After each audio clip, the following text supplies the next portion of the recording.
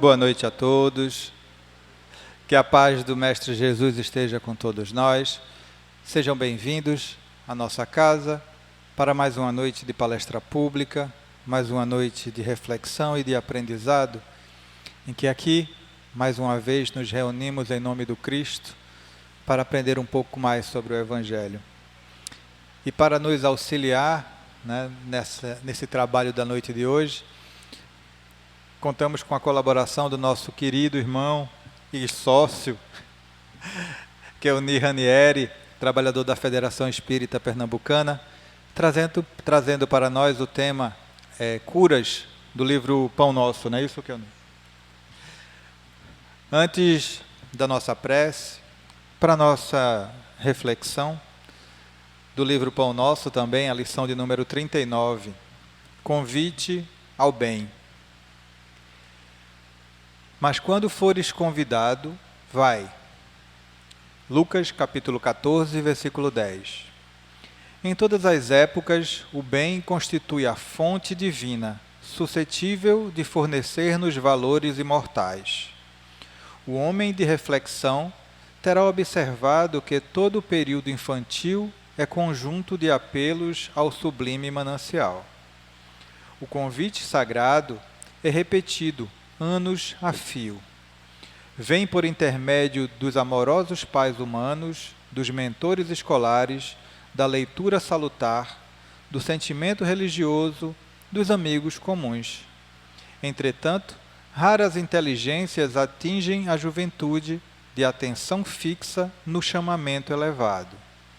Quase toda a gente ouve as requisições da natureza interior, olvidando deveres preciosos. Os apelos, todavia, continuam. Aqui é um livro amigo revelando a verdade em silêncio. Ali é um companheiro generoso que insiste em favor das realidades luminosas da vida. A rebeldia, porém, ainda mesmo em plena madureza do homem, costuma rir inconscientemente, passando, todavia, em marcha compulsória na direção dos desencantos naturais que lhe impõem mais equilibrados pensamentos. No Evangelho de Jesus, o convite ao bem reveste-se de claridades eternas. Atendendo-o, poderemos seguir ao encontro de nosso Pai sem hesitações. Se o clarim cristão já te alcançou os ouvidos, aceita-lhes as clarinadas sem vacilar. Não esperes pelo aguilhão da necessidade.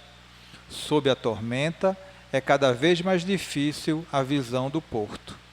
A maioria dos nossos irmãos na terra caminha para Deus sob o ultimato das dores, mas não aguardes pelo açoite de sombras, quando pode seguir calmamente pelas estradas claras do amor.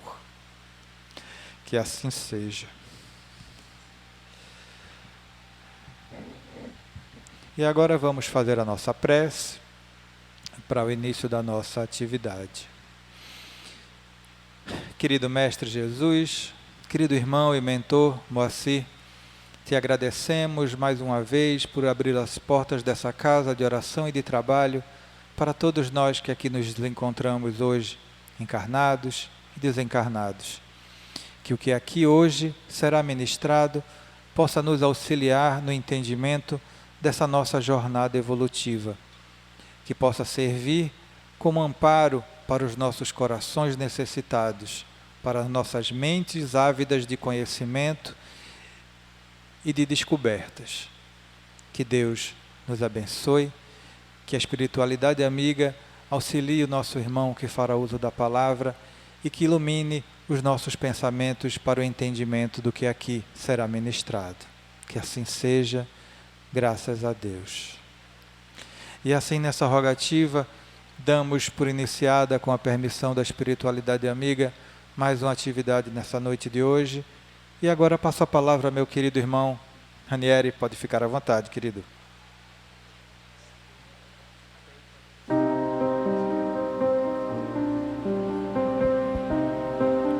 Meus queridos irmãos, minhas queridas irmãs, jovens aqui presentes, Muito boa noite a todos. Eita. Nossa, os espíritos todos responderam, menos nós. Vamos tentar de novo, gente. Nós estamos na casa de Deus. Casa de Deus requer alegria no coração, mesmo que nós não estejamos bem. Vamos tentar de novo? Gente, boa noite. Agora Jesus ficou contente. Agora o irmão Moacir também. Todos nós estamos bem. Gente, eu queria agradecer a oportunidade de retornar a esta casa maravilhosa. Agradecer o convite formulado pela casa. E a oportunidade de estar aqui novamente para tratarmos de um tema que é um desafio. Principalmente para nós na atualidade, que é a cura. E é um desafio porque é um tema que está numa das obras que Chico trouxe sobre a inspiração de Emmanuel, para que nós pudéssemos ter ou compreender as passagens do Evangelho de uma forma mais fácil. Emmanuel pegou várias passagens do Evangelho em 4 obras, que faz parte da coleção Fonte Viva, da qual o livro Pão Nosso é uma delas, e começou a interpretar essas passagens para que nós pudéssemos compreender. Então essa obra, Livro Pão Nosso, é de uma importância enorme. Por quê? Ela foi editada em 1950, logo após a Segunda Guerra Mundial.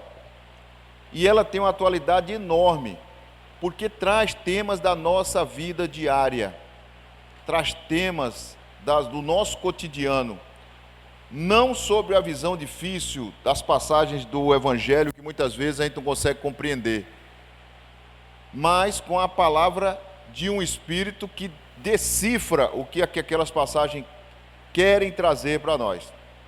Essa obra tem 180 capítulos.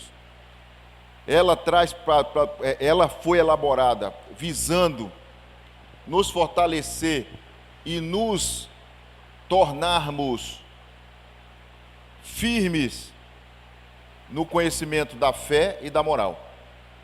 Então são 4 pequenas obras: Caminho, Verdade e Vida, Ceifa de Luz, Pão Nosso e Fonte Viva, que fazem parte dessa coleção. Quem tiver oportunidade, compre na livraria, leve para casa para ler. Por quê? Porque essa é uma das obras que você pode utilizar no Evangelho no lar. Faz o Evangelho, abre o Evangelho, faz a leitura e ao final faz a leitura de uma passagem de um desses livros, que faz ou que eleva o nosso conhecimento e o nosso poder de entendimento da doutrina. Mas, gente, nós temos hoje um desafio, como eu falei, muito grande. Por quê? Porque falar de cura prescinde que nós tenhamos o entendimento de que é uma doença. Só a gente vai falar de cura quando nós temos a capacidade de compreender que existe uma doença, seja ela física ou seja ela moral, em nós. E qual é o nosso grande desafio? O nosso grande desafio é exatamente nós entendemos que tipo de cura é que nós estamos buscando. É a cura do corpo, se porventura eu estou doente? Ou é a cura do espírito, que nos faz diferentes, que nos eleva a um patamar diferente? É exatamente nesse aspecto que Emmanuel vai trazer e abordar essa passagem, porque ele pega um versículo de Lucas, capítulo 10, versículo 9, e em cima desse versículo ele vai trabalhar.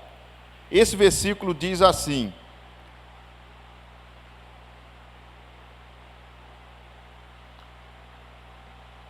e curai os enfermos, que nada houver, e dizei-lhes, é chegado a vós o reino de Deus.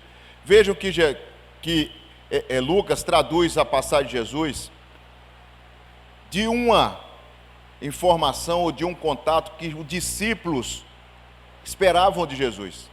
Dizei-lhes que vocês poderão curar, mas não só curar. Digam a essas pessoas que estão sendo curadas que existe algo mais do que a cura do corpo. Existe o reino de Deus. E é exatamente em cima dessa pregação que Jesus nos traz, o reino de Deus, que Emmanuel vai discorrer sobre isso. Mas antes de nós entrarmos no entendimento do que é a interpretação de Emmanuel, nós devemos entender o que é o processo doença e o que é o processo cura.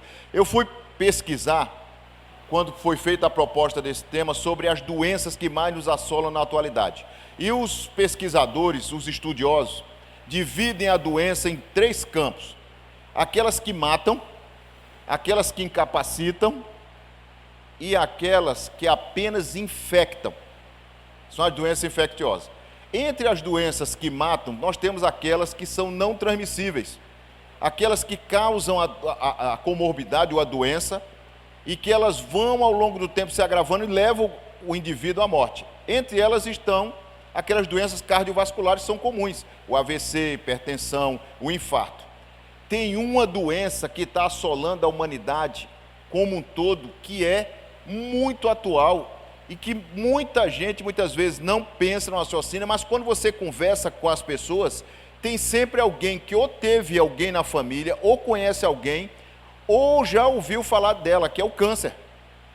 Essa doença que se propaga, que se espalha silenciosamente, muitas vezes quem a tem não percebe, só vai perceber quando os sintomas aparecem, vão ao médico, e aí o médico começa a fazer uma série de exames, e no final de tudo, vem a péssima notícia: o senhor está com a neoplasia, o senhor está com câncer. E começa a partir daí, para a pessoa que recebe uma informação como essa, um novo dilema de vida. Porque uma coisa é você saber que está com uma doença que vai se curar, outra coisa é você saber que está com uma doença que é, entre aspas, incurável, na maioria dos casos. Então existe uma mudança na perspectiva, na mente daquele que recebe a notícia dessa completa. Porque a primeira coisa que vem é: eu vou morrer. Não tem jeito, não tem cura. Dependendo do tipo de câncer e da fase em que ele for descoberto, a probabilidade é que não haja cura. É claro que existem os casos de cura. Mas nós temos também aquelas doenças que não estão no corpo físico de forma declarada, mas que causam a incapacidade, que são as doenças mentais, os desarranjos mentais. Nós temos aí doenças que causam Alzheimer, doenças que causam a demência, nós temos as doenças que causam a perturbação mental e que vão causar transtorno nas pessoas que as têm durante um tempo ou durante longo tempo. E tem aquelas doenças que vieram para nos testar mesmo, que são aquelas infecciosas, como aconteceu na nossa humanidade entre 2020 e 2022, que foi a Covid, uma doença, uma gripe, que no início ninguém sabia como curá-la e que dizimou muitas vidas, chamou de retorno à pátria espiritual muitas vidas. Muitas pessoas, muitas famílias tiveram seus entes queridos partindo, retornando ao plano espiritual em virtude de uma doença infecto-contagiosa. Mas vejam, quando a gente começa a falar da doença, vem a perspectiva do seguinte: se existe a doença, eu vou buscar o quê? A cura. E foi o que aconteceu na nossa humanidade. Quando o Covid-19 se desencadeou, os cientistas ficaram perplexos em como descobrir uma forma de curar aquelas pessoas que estavam morrendo. A humanidade toda se integrou em busca de um tratamento, em busca de uma vacina. E enquanto isso não acontecia, a doença se alastrava e causava muitas e muitas baixas. Até o momento que foi descoberta a vacina eficaz e as pessoas foram se curando, algumas de forma natural, adquirindo resistência, e ao passar do tempo foi se voltando à normalidade. Mas nós só podemos falar em cura, gente, quando a gente olha para a doença. E aí nós começamos a nos voltar para o ser interior, para o ser que nós somos. Porque os consultórios médicos hoje estão lotados de pessoas com doenças no corpo, buscando a cura, olhando para o médico e dizendo: doutor, eu tenho tal e tal doença, eu sinto essa dor, eu sinto esse incômodo, e o médico pede uma série de exames e receita uma quantidade de remédio para que você cure o corpo. Mas os nossos centros espíritas, como este aqui, estão repletos de pessoas que buscam outro tipo de cura, que é a cura da dor moral, daquela dor que você não sabe onde está localizada, mas que te incomoda dia e noite, porque perdeu, entre aspas, um ente querido, porque está doente, porque perdeu o emprego, porque tem um lar desorganizado ou desestruturado, ou está passando por desafios enormes, ou porque tem um ambiente difícil, ou porque a vida está lhe fazendo passar por situações difíceis, e vem ao centro espírita buscando a resposta para aquilo que está acontecendo na sua vida. Mas por que isso está acontecendo na minha vida? Por que nada dá certo? Porque nada que eu faço dá certo, meus relacionamentos não dão certo, meu trabalho eu não me relaciono bem, na minha coletividade eu me relaciono bem, em casa eu tenho problemas, ou com o pai, ou com a mãe, ou com o filho, ou com o esposo. Por que que isso acontece? E as pessoas vêm até o centro espírita, muitas vezes com dores fortíssimas, buscando entendimento, buscando acolhimento, buscando a cura. E é exatamente sobre essa cura que Emmanuel vai tratar e que os espíritos vão nos trazer informações que fazem de nós ou nos dão oportunidade de sermos fortes. Por quê? Porque quando a gente vai estudar, ouvir falar sobre cura, lá atrás, quando os médicos começaram a estudar a cura ou estudar as doenças, o termo cura, o termo latino cura, não tinha o significado que ele tem hoje. A cura significava lá atrás o cuidado que você tem com você. É a atenção do cuidar. É a atenção de você zelar pelo seu corpo. Esse entendimento, com o passar do tempo, ele foi se aperfeiçoando, porque a medicina foi se aperfeiçoando. Os médicos começaram a observar que a doença era um estado de falta de equilíbrio do corpo, um estado de não saúde, que requisitava o uso de medicamentos. E olharam e passaram a olhar para o corpo apenas como uma máquina que precisava de um tipo de medicamento para ser tratado. Não olhou para o ser como um todo. E começou a investigar a doença como tendo origem no corpo, sem olhar para o ser como um todo. Essa visão antiga trouxe para nós, dentro das academias, uma dissociação do ser encarnado que nós somos, do homem integral, o homem no sentido genérico, como diz Joana de Ângeles, do homem integral que nós somos, espírito, um perispírito e um corpo. Perispírito, corpo espiritual, que faz a intermediação entre o corpo e o espírito. Perispírito que permanece conosco quando a gente morre. É o nosso corpo depois que o corpo morre. Os médicos, muitos médicos, ainda não enxergam esse todo. E ao olharem para o paciente, eles olham para o paciente apenas corpo. Apenas tratamento físico. E é essa dissociação que faz muitas vezes que as pessoas que têm doença, quando não conseguem se curar, entrem no estado de interiorização, com perguntas: por que que essa doença está comigo?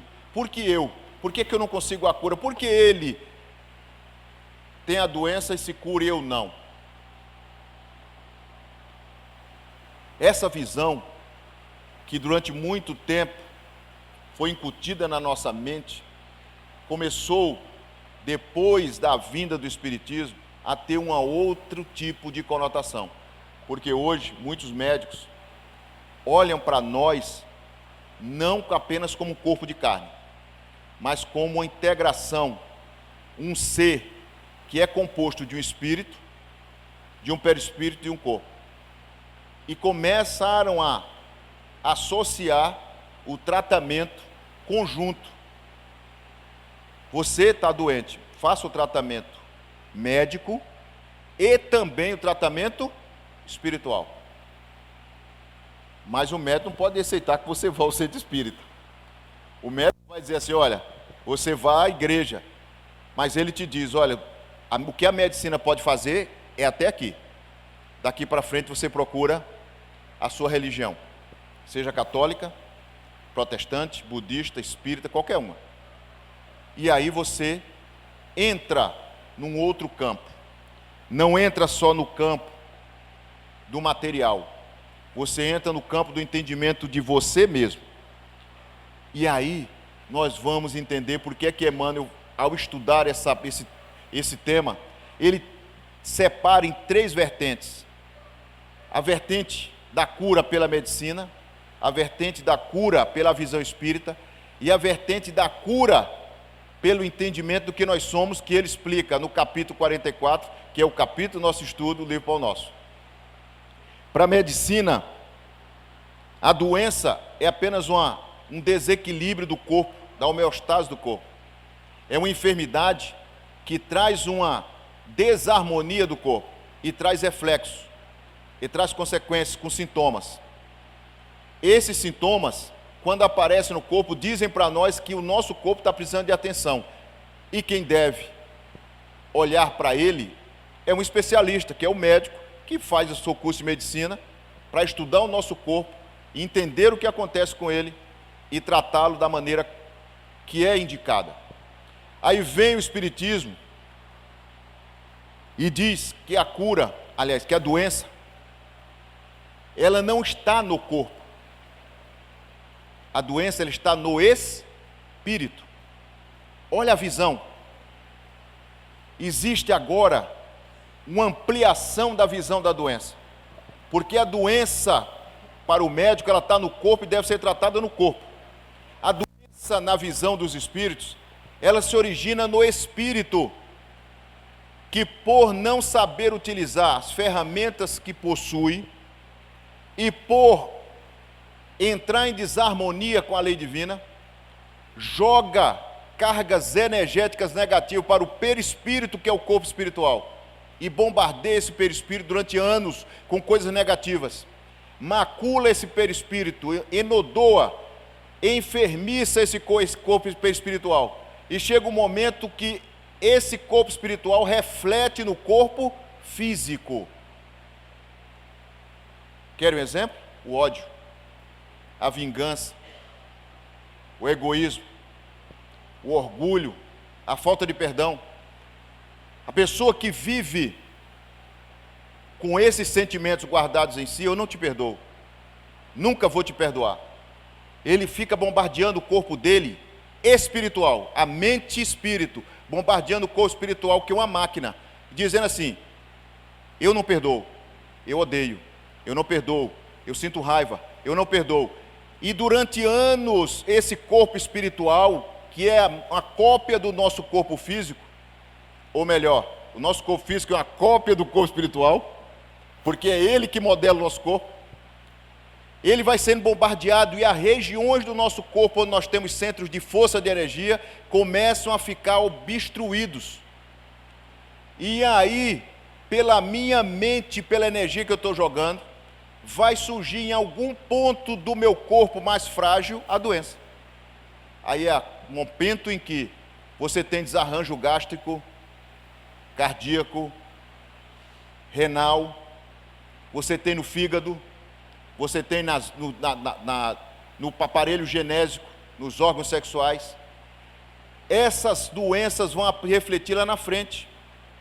É o câncer, é a gastrite, é a úlcera, é o câncer disso, câncer daquilo, doença disso, doença daquilo. Por quê? Porque você vem bombardeando o seu corpo espiritual durante anos com coisas que não estão em harmonia com a lei divina. Por isso que Jesus, quando Pedro pergunta: quantas vezes eu devo perdoar?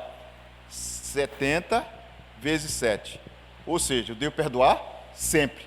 Porque senão você leva para você algo que não é bom. É o lixo que você está guardando no quartinho da sua casa, e que só joga o lixo lá e você não limpa. Joga, e o quartinho vai enchendo, vai enchendo, vai enchendo. Chega um momento que não cabe mais nada ali dentro, e o quarto começa a transbordar. Quando ele começa a transbordar, reflete-se, sai do perispírito, que é o corpo espiritual, e reflete-se aonde? No corpo físico. Aí, quando a doença aparece, eu corro para o médico e olho para o médico como salvador. Doutor, eu estou com tal doença, eu quero que o senhor me cure. Então eu transfiro a responsabilidade que é minha para o médico. O médico não é Deus. E muitas vezes ele não consegue curar a doença. E aí, volta para mim novamente o quê? O reflexo da responsabilidade do que eu fiz. Porque quem vai sofrer as consequências agora sou eu. No campo da ciência material, a cura é a volta do equilíbrio. É a volta do corpo funcionando perfeitamente sem sintomas. No campo espiritual, a cura é você tratar o espírito. Porque quando você trata o espírito, você faz o caminho inverso. Se você bombardeou pela tua mente o teu perispírito, corpo espiritual, para chegar a doença no corpo, agora você vai ter que caminhar no sentido inverso. Para você tratar o corpo, você vai ter que tratar o perispírito e tratar o espírito. Esse tratamento requer uma mudança nossa de mentalidade, de comportamento. É a mudança do ser olhando para si, dizendo assim: o que é que a doença está querendo dizer para mim? Não é porque a doença surgiu em mim, mas o que é que ela está querendo me mostrar que eu ainda não vi. Essa mudança, ou essa viagem interior, ela é dolorosa e lenta. E a gente só sabe o valor da saúde quando a gente perde. Só sabe o valor da saúde quando a gente está doente. Eu era sadio e era alegre. Hoje eu estou doente e estou numa cama. Vejam que coisa interessante. É a visão que o Espiritismo nos dá.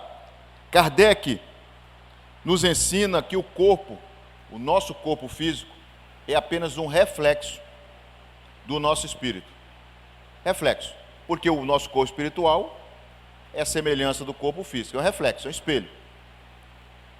Portanto, todas as vezes em que eu infrinjo a lei divina, eu gero em mim um desequilíbrio que está na mente espiritual, que vai refletir no perispírito, que é o corpo espiritual, e esse perispírito, que é o espelho, vai jogar para onde? Para o corpo.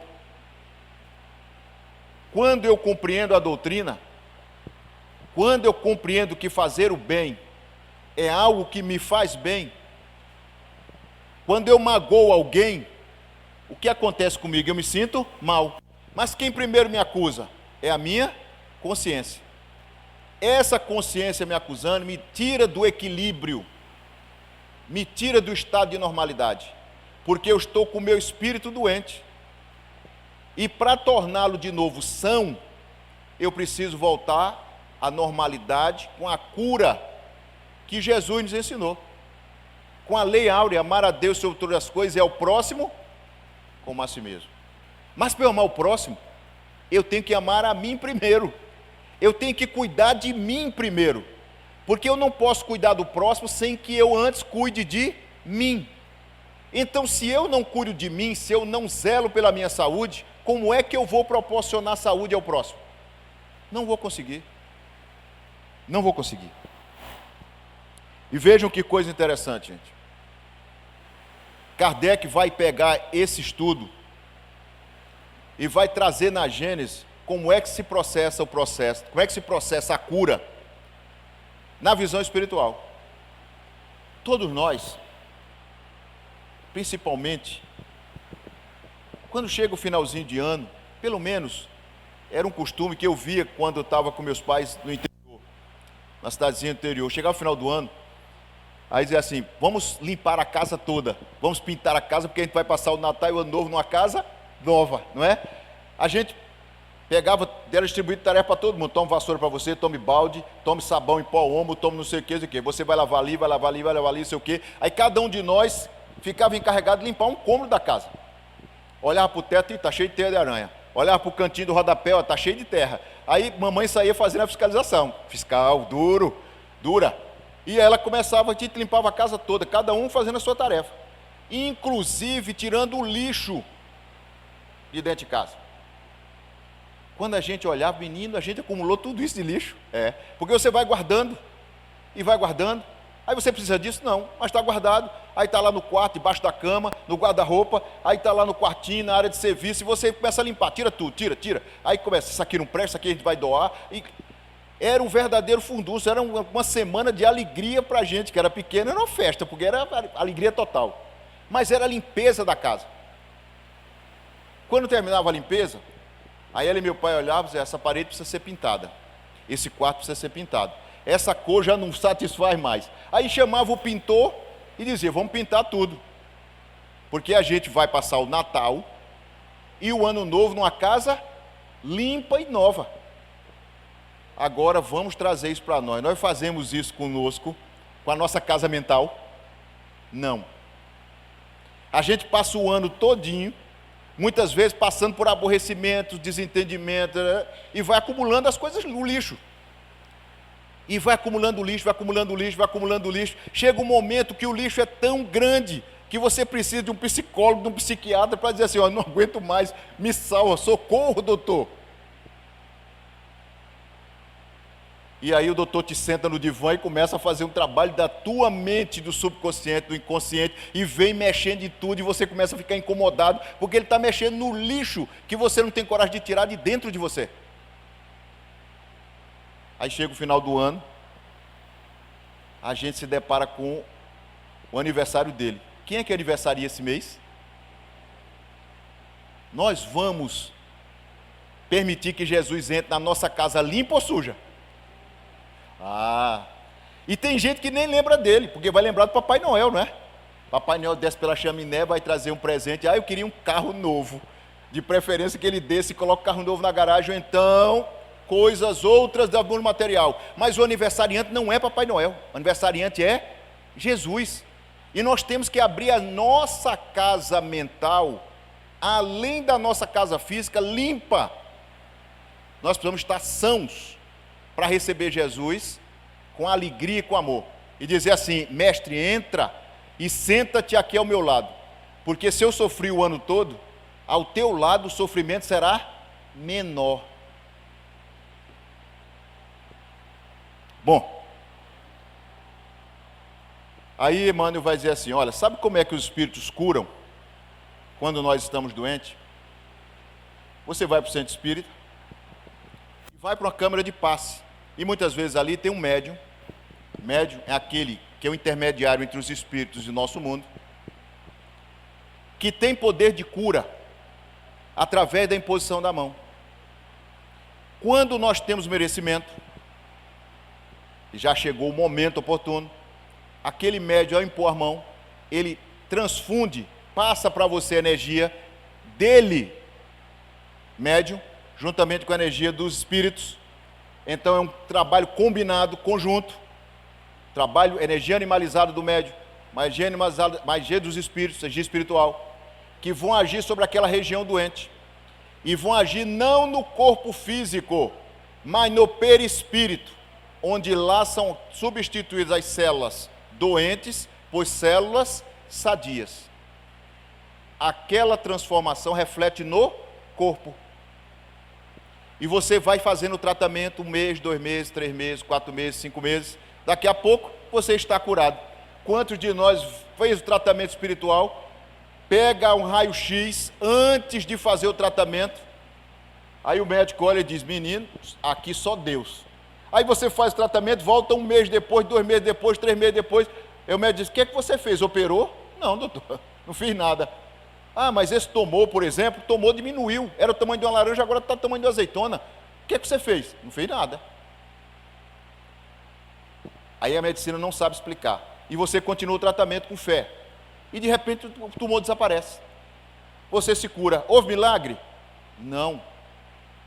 Houve um trabalho conjunto seu, de fé, com o trabalho do médium, na casa espírita, com o trabalho dos espíritos, com a permissão de Deus.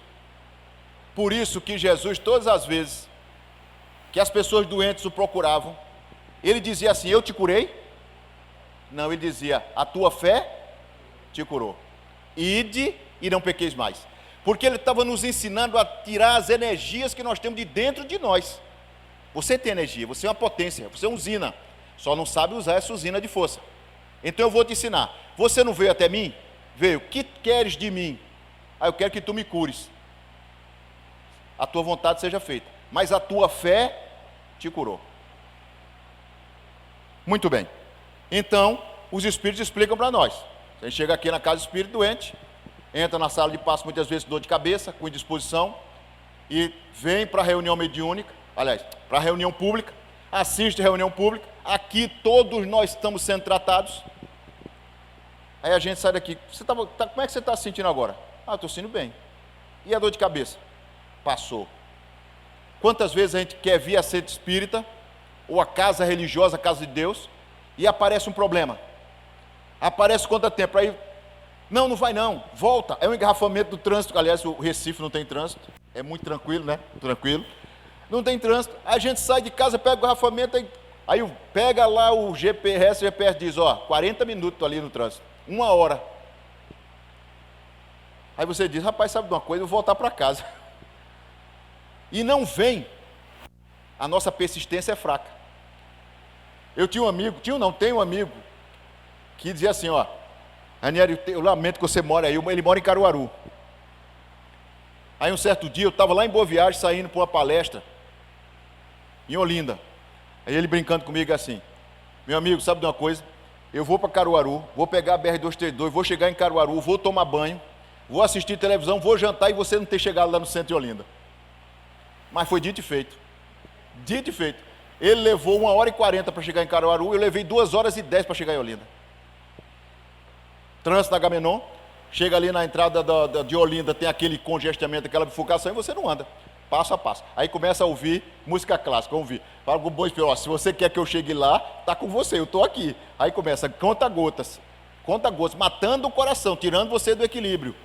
Você começa a ficar nervoso, não vai dar para chegar. Aí o Flávio começa a ligar, tu vem ou não vem? Vai chegar ou não vai chegar? Não, eu estou chegando. Aí começa. Veja como é a persistência. Você tem que manter a fé. Mas eu consegui chegar no tempo lá. Não sei como, mas cheguei. Bom, aí nós perguntamos, o que Jesus fez durante a vida dele foi milagre? As curas que Jesus fez foi milagre? Não. Foi utilização da fé, da mediunidade exacerbada, enorme que ele tinha, do poder de cura. E observem que ele impunha as mãos. Ele não fazia gesto nenhum, ele impunha as mãos. E ao impor as mãos, as pessoas saíam curadas. Vejam que passagem interessante. Eu vou pegar uma passagem de Marcos, porque é o evangelista que mais retrata com fidelidade o que aconteceu com Jesus. E ele diz assim, lá em Marcos 1, 29, 31, capítulo 1, versículos 29 e 31, são 3 versículos. Ele diz assim, Jesus estava saindo da sinagoga, que era o templo israelense, o templo judeu. Estava saindo com 2 apóstolos, Tiago e João, e mais outros que estavam com ele. E ele se dirige à casa de Pedro, Simão Pedro, onde ele estava residindo. Eles saem dali da sinagoga, conversando. E ao chegar à casa de Pedro, Pedro procura o mestre e diz assim, mestre, a minha mãe está enferma, com febre alta, deitada na cama. Aliás, a minha mãe, não, a minha sogra, desculpa. Está enferma. Jesus não diz nada. Dirige-se ao quarto da sogra dele. Olha para ela. Dá as mãos para ela. Pede para que ela se sente e que ela se levante. Imediatamente, a febre desapareceu. E Marcos relata. E ela foi servi-los. Muita gente lê essas passagens do Evangelho e não entra nas particularidades, na essência, no espírito da letra. Vejam, Jesus entra no quarto da sogra de Pedro, dá as mãos para ela, ela se senta e ele a levanta. Quantas vezes a gente fica doente e continua deitado? Caído, desestimulado, desesperançado. O que é que ele fez? Levanta-te. Levantou. Ele promoveu a cura. retirou a febre dela, mediunidade de cura. E logo em seguida, ela não ficou parada. Ela foi trabalhar. Por que trabalhar? Porque o serviço para o semelhante faz com que a gente se esqueça de nós e se lembre do outro. Quando eu estou no processo de cura, eu preciso curar a mim primeiro para curar o outro. Mas a minha cura é o auxílio ao outro. É o trabalho em benefício do outro. É a prática do bem em relação ao outro. Olha que coisa maravilhosa. Aí vem Emmanuel e pega a passagem não de Lucas. Aliás, não de Marcos. Pega a passagem de Lucas, retratando a cura de outra forma. E aí ele pega lá em Lucas e diz assim, ó, olha a passagem que nós estamos estudando. Eu li lá no início só um versículo, mas vamos ver o que tem antes. Começa assim, ó. E em qualquer casa, Jesus dizendo para os apóstolos, e em qualquer casa onde entrardes, dize primeiro, a paz seja convosco. Por que a paz seja convosco? Porque se eu não estou bem, e eu desejo a paz para você, você vai receber a paz que eu estou desejando? Você vai absorver a paz? Não. Então significa que você está doente. E se eu estou doente e não estou predisposto a me curar, eu vou me curar? Não. Aí ele diz, quando entrar na casa de uma pessoa, diz assim, a paz seja convosco. Se você estiver em paz, o meu desejo vai multiplicar o teu bem-estar, você vai absorver. Se eu estou mal, aquilo vai ser um anteparo, ela vai bater e vai voltar para quem? Para mim, que desejei a paz para você. E você continua doente. Olha como ele começa. E aí ele diz, e se ali houver algum filho de paz, repousará sobre a vossa paz, e se não, voltará para vós. Ele continua, e ficai na mesma casa, comendo e bebendo do que eles tiverem, pois digno é o obreiro do seu salário. Não andeis de casa em casa. Então ele está dizendo, se você for bem acolhido naquela casa, una-se ao que eles estão naquela casa. Eles estão bem, você estará bem. Mas essa casa não é só a casa física, é a casa espiritual. Não ande de casa em casa, ou seja, não fique pulando com sua mente de coisa errada em coisa errada, porque você vai estar trazendo para você o quê? Não é a paz, é a intranquilidade, a perturbação, é a doença. Você sai do ódio e vai para a vingança, sai da vingança e vai para o vício, sai do vício e vai para o egoísmo. Você fica pulando de casa em casa, sem ser acolhido. A paz que você deveria receber, você não recebe. E ele continua, e em qualquer cidade em que entrardes e vos receberem, comei do que vos oferecerdes. Então nós precisamos deixar a nossa casa aberta para nós recebermos bem aquilo que nos é oferecido. Por isso que não adianta nós chegarmos na casa espírita buscando a cura, se nós não estivermos com a nossa casa mental e espiritual aberta para receber a cura, para receber as coisas boas. Se eu chegar aqui de má vontade e sentar aqui porque alguém me trouxe a força, eu vou receber os benefícios que a casa e os espíritos estão proporcionando para nós? Não, eu estou com ela fechada. O espírito vai chegar do seu lado e vai dizer, eu quero te ajudar. Mas você está tão fechadinho que eu não consigo encontrar a chave. E nem tenho o segredo da chave para abrir a porta da tua casa. Deixa eu entrar? Aí você diz, não, eu só estou aqui porque meu pai me trouxe. E que eu quero sair daqui imediatamente. Eu não sou espírita, me trouxeram aqui à força. Quando a gente está doente espiritualmente e querem trazer a gente para a casa espírita, a gente vem de boa vontade? Não. Eu vou para onde? Centro espírita, casa de macumba? Não, vou não. Vou nada. Vou não. Vamos para o médico? Posso pensar. Vamos para a igreja? Não, o padre não cura. E aí eu crio uma série de barreiras, fechando a minha porta, as minhas portas, ao bem-estar. Aí Jesus termina. Agora ele diz, e curai os enfermos que nela houver, e dizei-lhes, é chegado a vós o reino de Deus. Curai. mas você cura dando àquela pessoa a oportunidade de ter uma mensagem nova, um raio novo de dia, para ela dizer, eu não vou agora precisar do auxílio do outro, eu vou me curar com as minhas próprias pernas.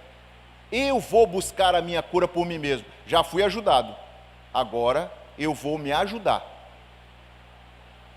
Isso, gente, é importantíssimo no entendimento que nós temos desse processo de cura.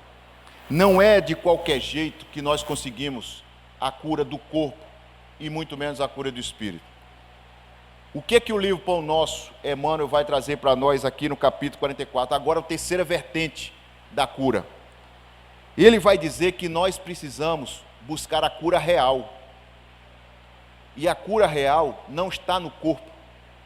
Porque muitas vezes a doença vem como um freio para os desatinos que nós estamos cometendo. É um momento em que você tem de olhar para você. Observem, as pessoas passam a vida inteira no corre-corre de trabalho, de questões pessoais e tudo mais.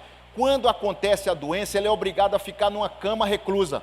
Ela não consegue fazer as coisas que ela fazia anteriormente. Agora ela só tem uma coisa a fazer, olhar para dentro de si. Aí começa a pensar, meu Deus, a minha vida, estou com 60 anos, o que eu fiz? O que eu fiz para meus filhos, para o meu marido, para minha esposa, para o meu pai, para minha mãe? O que eu fiz? Aí ele começa a ter um momento de reflexão dele, que não teve a vida inteira. Aquilo que Santo Agostinho nos ensinou, toda noite, antes de dormir, passe em revista o que você fez durante o dia. Se fez algo errado, corrija no dia seguinte. Mas nós não fazemos isso. Aí chega um momento em que o corpo, através da doença, nos obriga a parar. Quando a gente está no quarto de hospital ou em casa, a gente para e começa a refletir. Não posso mais fazer o que eu fazia. E você começa a pensar. Alguns não aceitam a doença. Ou outros começam a regatear com Deus. Diz assim, Deus, se tu me curar, eu prometo que eu vou subir o Morro da Conceição de joelho. Eu dou 500 cestas básicas. Eu faço isso, eu faço aquilo. Começa a negociar com Deus. Mas a grande pergunta que Emmanuel vai fazer é a seguinte: para que você quer ficar curado? Para que nós queremos nos curar? Para voltar aos vícios anteriores? Para voltar a fazer o mal que a gente fazia? Para voltar a ter os vícios que você tinha? Ou para mudar de vida, de perspectiva? Não raro, as pessoas que entram no estado de doença e entram no estado de quase morte, quando elas retornam desses estados em cura, a vida muda completamente. Completamente. Pessoas que sofrem acidentes e que escapam, ou não era o momento dela partir para o plano espiritual. Quando ela volta a si, ela diz, eu podia estar entre os que morreram, mas eu não estou. Por quê? E a vida muda completamente, é um outro olhar da vida. É um outro olhar do mundo. As coisas do mundo perdem o seu significado de importância capital e passam a ter a importância que devem. Mas eu começo a olhar para mim no mundo espiritual, daquilo que é depois da morte.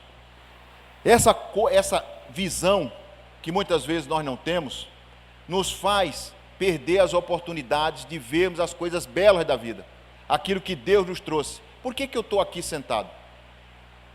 Quantos de nós aqui nem se conhecem? Eu estou aqui pela primeira vez, eu estou aqui pela segunda, eu estou aqui toda semana. Quantos de nós não se perguntam o que é que eu vim fazer numa sexta-feira, à noite, no centro espírita sentado, quando eu podia estar no shopping? Eu podia estar em casa assistindo a novela, eu podia estar em qualquer outro lugar, que o meu livre-arbítrio escolha disso. Mas eu estou sentado aqui, para quê?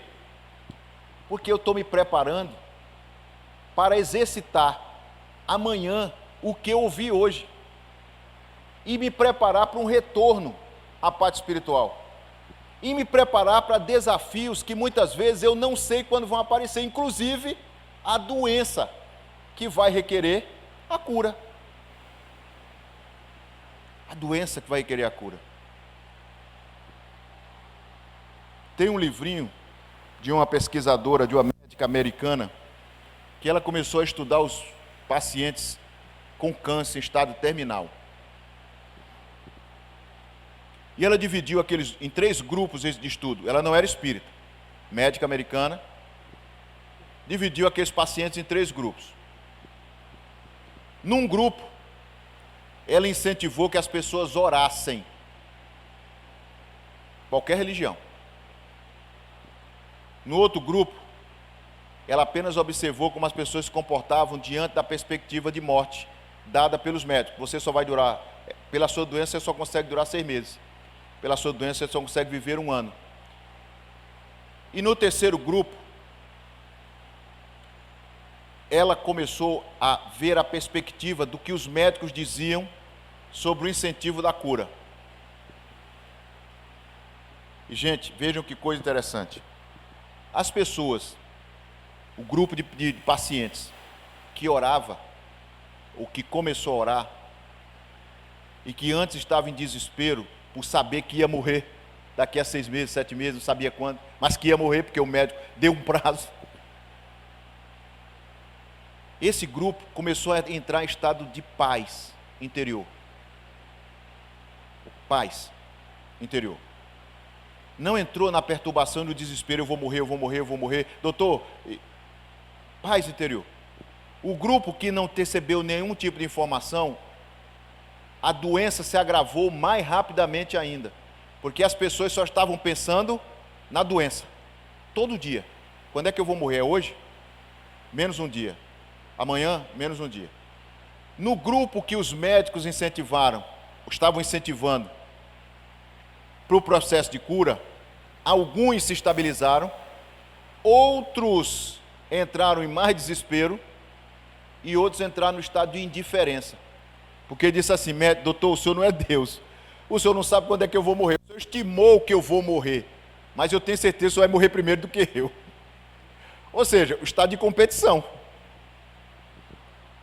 E ela fez isso durante o período todo em que esses pacientes estiveram internados. O primeiro grupo que entrou em oração, alguns saíram do hospital. Conseguiram sair do hospital, equilibraram a doença estabilizou, não progrediu, e alguns conseguiram retornar para casa. No grupo que não teve auxílio nenhum, uma grande parte morreu. E no grupo que estavam apoiados pelos médicos, a doença e a perturbação avançou de uma maneira tal que alguns estavam no quarto, passaram a ir para a UTI. O quadro se agravou. E ela escreveu um livro e disse assim, eu não sei se Deus existe. A médica, eu não sei se Deus existe, mas uma coisa é certa, a oração exerce um poder que nós médicos não sabemos explicar. Que poder é esse? É o poder que você tem de tratar o seu corpo espiritual. Eu quero me curar. Porque quando você olha para frente e vê que o seu corpo é apenas um instrumento, qual a diferença que tem do corpo morrer? Nenhuma. Porque eu vou morrer? Não, eu sou um espírito imortal. Essa certeza de que eu vou continuar existindo me dá a tranquilidade de dizer, se o meu corpo morrer, eu vou para o plano espiritual e daqui a mais algum tempo eu volto num novo corpo. Agora, é fácil aceitar isso? Não, não é fácil. Porque nós temos ligações aqui, nós temos tarefas aqui, que nos prendem aqui. Quando a gente começa a sentir que vai partir, começa, meu filho, minha filha, meu esposo, minhas coisas, e você começa a te ligar às coisas do mundo e esquece das coisas espirituais. Quando você está ligado nas coisas espirituais, a sua cura do corpo, ela se processa de uma forma mais natural, e se ela não vier, porque é um planejamento seu expiatório ou necessário para você evoluir, se ele acontecer, você vai chegar no plano espiritual bem. Sim, meu corpo morreu, e daí? Eu continuo vivo. E o que vai sobrar para quem ficou é a lembrança dos momentos bons e a certeza que nós vamos nos encontrar de novo. É questão de tempo. É questão de tempo. Não é à toa que nós temos os espíritos explicando isso para nós. São eles que vêm do plano espiritual dizer para nós, não se esperem, mãe, não chore por mim, porque eu estou bem aqui. Se eu estou bem, por que você está chorando aí? Sabe quem está cuidando de mim aqui é meu avô, minha avó, meu pai se partiu primeiro, minha mãe se partiu primeiro, meu bisavô, minha bisavó, meu tio.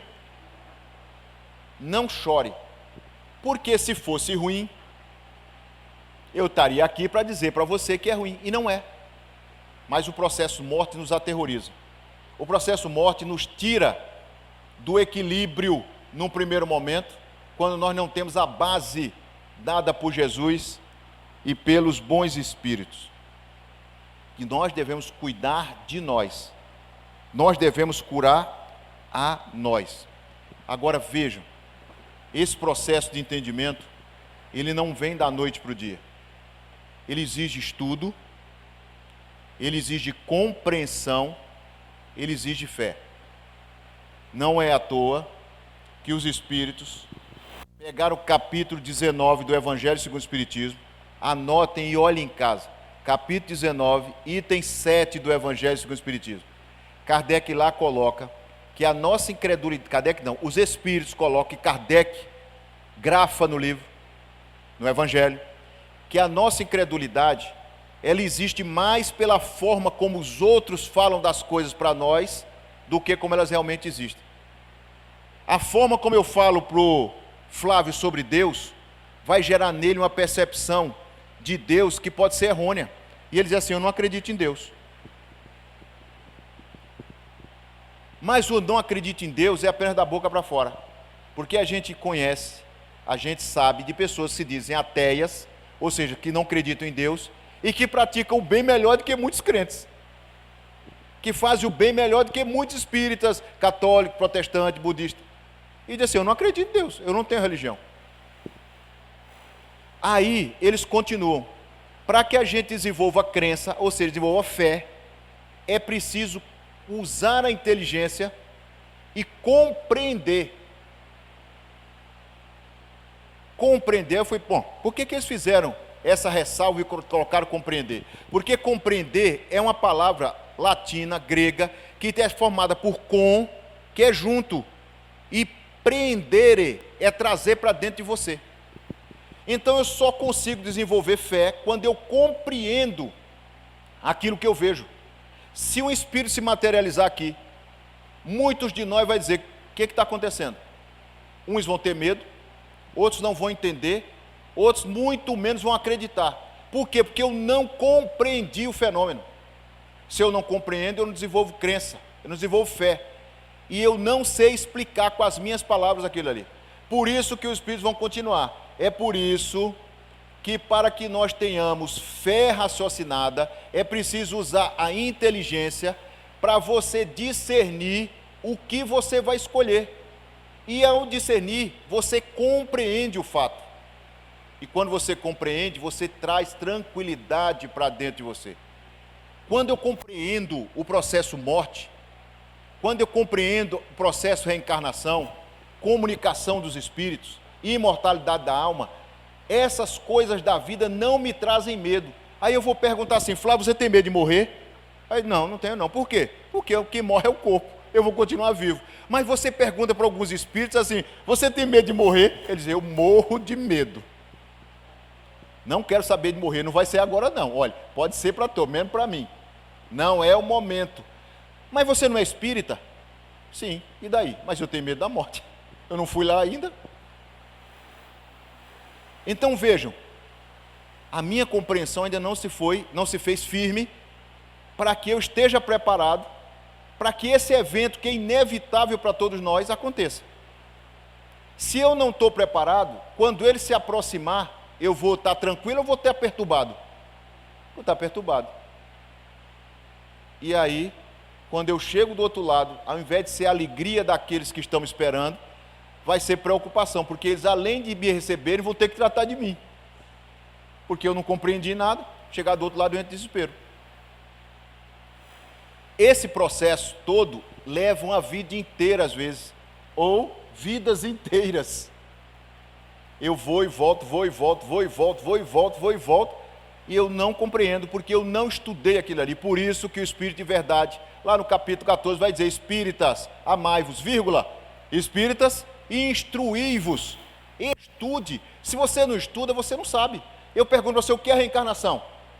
Ah, o Haroldo Dutra disse que a encarnação é isso. Mas se o Haroldo Dutra estiver errado, aquilo que ele falou para mim agora é uma verdade? Não. Eu tenho que saber explicar o que é a reencarnação. A reencarnação é um princípio dado por Deus de misericórdia que permite que eu volte no mesmo corpo para continuar o meu processo evolutivo, mesmo tendo errado. Ah, então agora eu sei explicar. Se eu sei explicar, eu compreendi. Se eu compreendi, eu desenvolvo fé. É por isso que Jesus dizia: a tua fé te curou. Ele não foi até a pessoa, foi a pessoa que veio até ele. Mestre, eu quero que tu me cures. Não foi ele que disse: Flávio, eu vou te curar. Ele: não. O que você quer? A mulher hemorroísa toca em Jesus, é ela que vai, depois de 12 anos sangrando, buscando a cura. Não foi ele que foi atrás dela. Foi ela que, depois de passar por todos os médicos, 12 anos sangrando, imaginem, gente. A mulher passa alguns dias com a menstruação, já é desagradável, não é? As mulheres. Aí você imagina 12 anos sangrando direto. As consequências disso, hemorragia, anemia, isso tudo mais. E ela vai até Jesus porque ouviu dizer que ele era o Messias, o profeta enviado. E ela simplesmente toca na túnica dele. E ao tocar, ela se cura. E Jesus percebe que dele tinha saído energia. E ele pergunta: quem me tocou? E no meio de uma multidão, como é que eu vou saber quem me tocou, se estou no meio de uma multidão? Vocês estão brincando? Ele pergunta para os apóstolos. E os apóstolos dizem: mestre, só pode ser brincadeira, eu não sei. Mas ele disse: alguém me tocou. E ele olha, a mulher estava caída no chão. E ele se abaixa e ela conta para ele. E ele diz: a tua fé te curou, ide e não pequeis mais. Por quê? Porque as mulheres, na época de Jesus, que sangravam, eram consideradas impuras. Não podiam sair de casa. Se fosse sair de casa, eram apedrejadas pela lei da Torá. Então ela estava morrendo de medo de ser descoberta, porque se fosse descoberta, os fariseus, que eram donos da sinagoga, iam apedrejá-la, porque ela descumpriu a lei. Percebam, a fé, como faz a gente mover montanhas. Ela saiu de casa, descumpriu a lei da Torá, teve fé e foi atrás do profeta e disse: eu vou me curar. E se curou. Agora, nós temos essa fé? Preciso que a gente medite: o que é que eu estou fazendo aqui? Ou melhor, o que é que eu vou fazer com os ensinamentos de hoje? Porque se eu não souber o que eu vou fazer, eu vou ficar perdido navegando. E quando eu for desafiado, eu não tenho para onde correr. Ou eu compreendo e resisto, ou eu caio e entro em prostração. Por isso que Jesus pegou a sogra de Pedro e disse: levanta e vai trabalhar. Porque quando você trabalhar usando as mãos e a mente, você vai esquecer de você e vai lembrar do próximo. Ela trabalhou, a gente trabalhou para o próximo, que é a nossa salvação. Gente, que a paz do Mestre esteja conosco, que nós lembremos de Jesus e o convidemos a entrar em nossas casas com a casa limpa. Abre as portas e as janelas e diz assim: mestre, entra, porque agora eu vou comemorar o teu aniversário contigo, com casa limpa, inclusive a minha interior.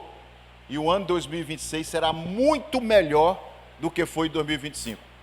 Aconteça o que tiver acontecido em 2025. Tenhamos fé sempre. Jesus não nos abandona. Muita paz.